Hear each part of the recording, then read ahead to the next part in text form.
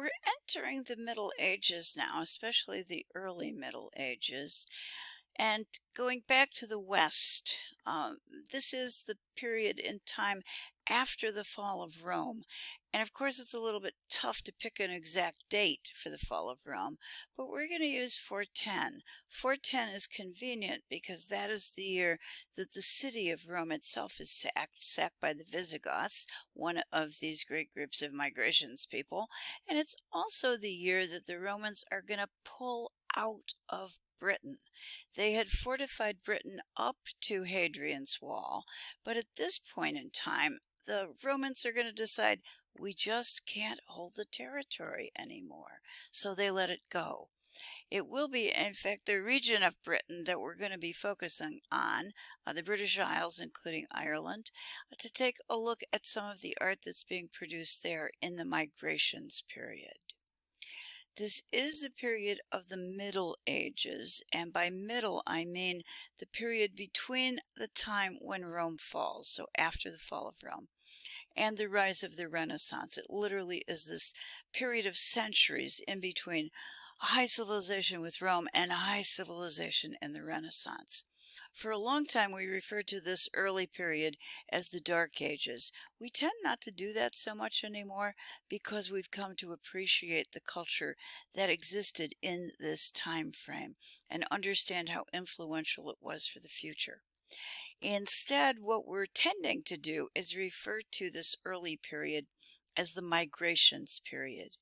The migrations people are the people who came from the East seeking a home.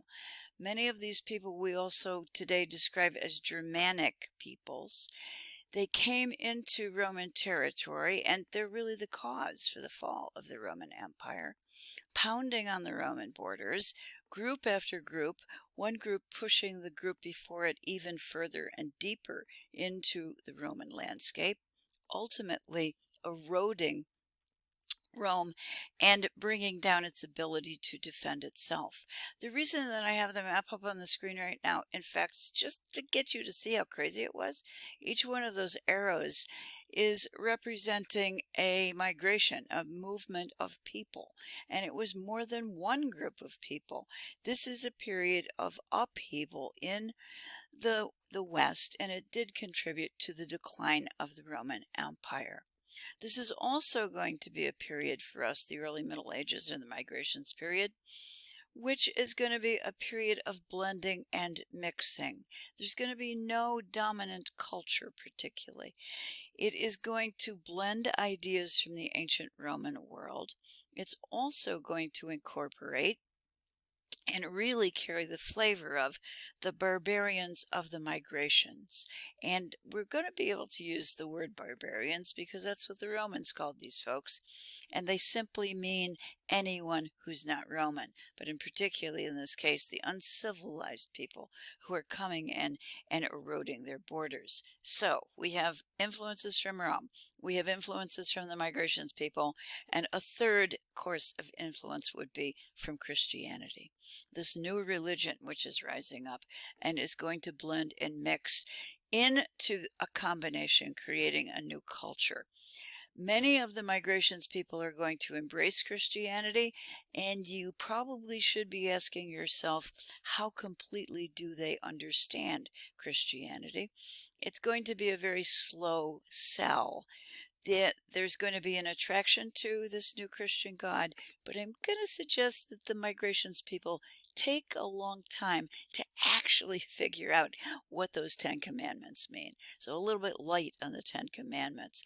But this entire period in time then is going to be characterized by a blending of these three influences: Rome, migrations, and Christianity. And we'll see that in our art. Of all of these sources, the migrations will be really the most important because they're going to bring in a new art form, and that new art form is going to influence European art, particularly in the North, for hundreds and hundreds of years.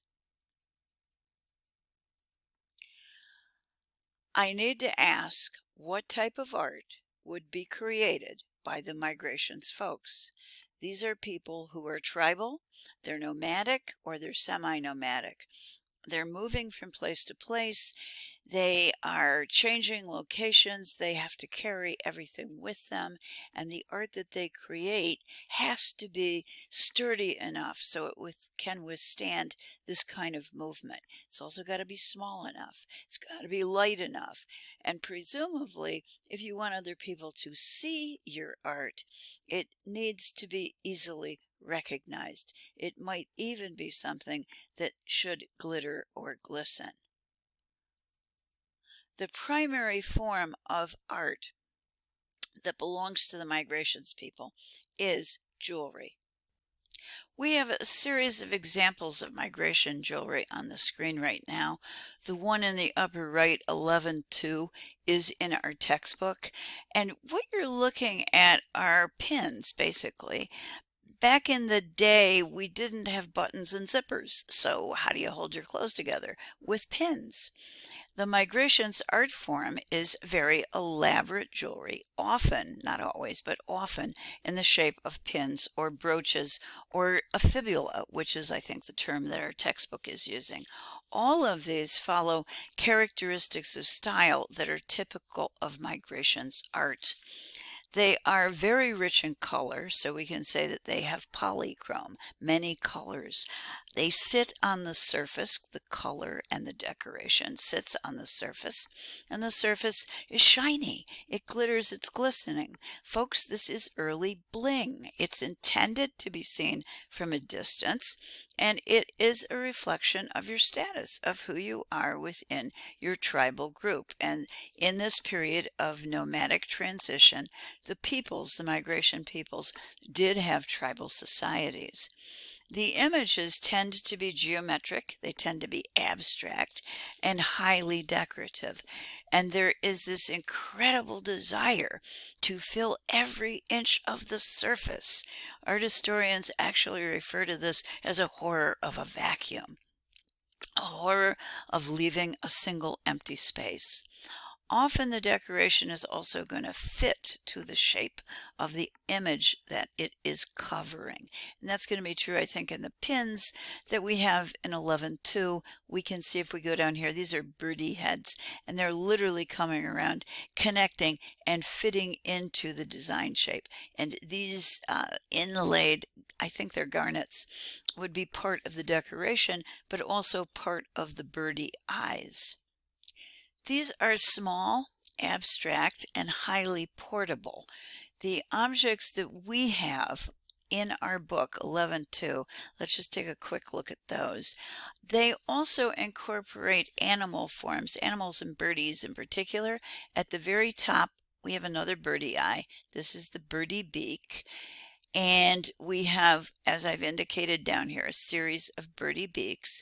We also have an attempt to make compartments to contain all of this energetic decoration on the surface. So we have outlines around the premier section, kind of the tummy of this object, outlining in compartments or zones the different areas of imagery.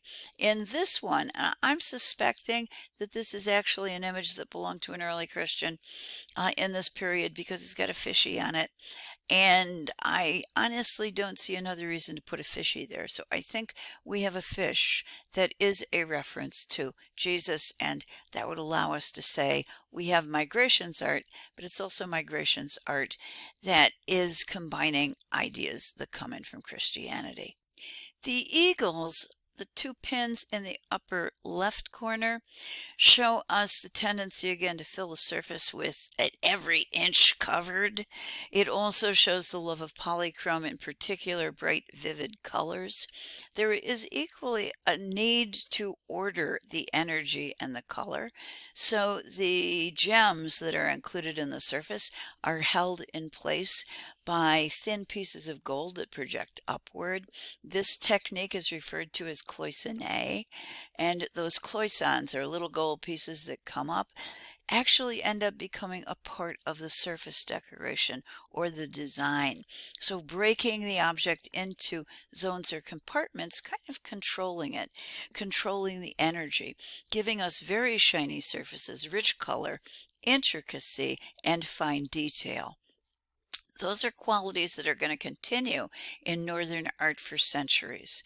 We're going to see them in the continued art of the Middle Ages, but in particular, when we get to the Gothic, we're going to see the same thing with stained glass windows. And I'd like you actually to look at those eagle pins and think of them as sources for the later great windows that appear in churches like Notre Dame.